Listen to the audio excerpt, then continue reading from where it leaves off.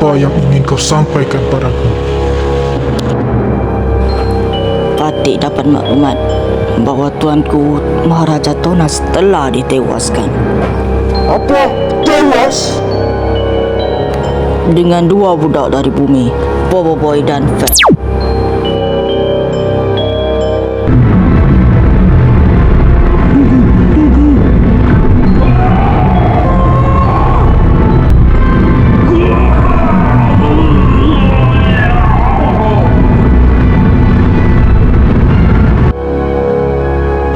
Budak penguasa 7 elemental dan Feng adik kepada Kaizo.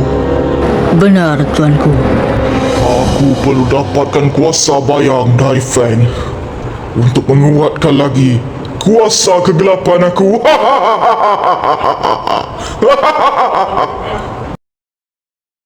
Aku nak kau bebaskan semua tahanan tu dan umpan budak-budak tu datang ke sini.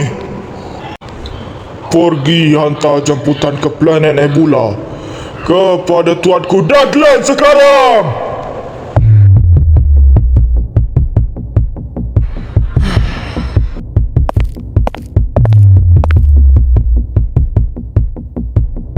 Terima kasih Boboiboy kerana telah membantu aku untuk tewaskan tuanku Tonas. Sama-sama. Mana Feng?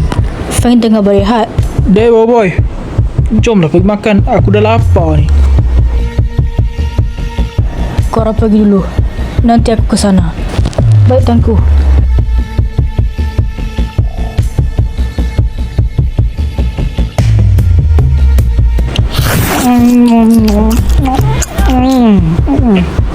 Ini makanan pelong aku.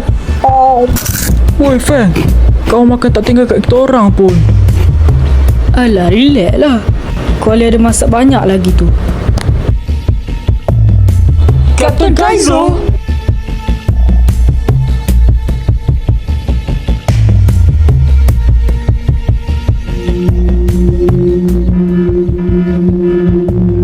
Apa tu?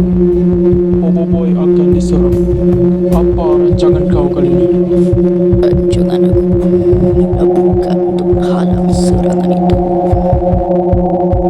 Kalau begitu, kenapa kau masih berdiam diri? Kerana ada pertarungan yang perlu dihadapi sendiri. Nebularis, dia bukan musuh biasa-biasa. Aku tahu. Sebab itulah aku masih belum menunjukkan diri. Tunggu waktu yang tepat saja. Aku harap keputusan kau ini tepat, Namato.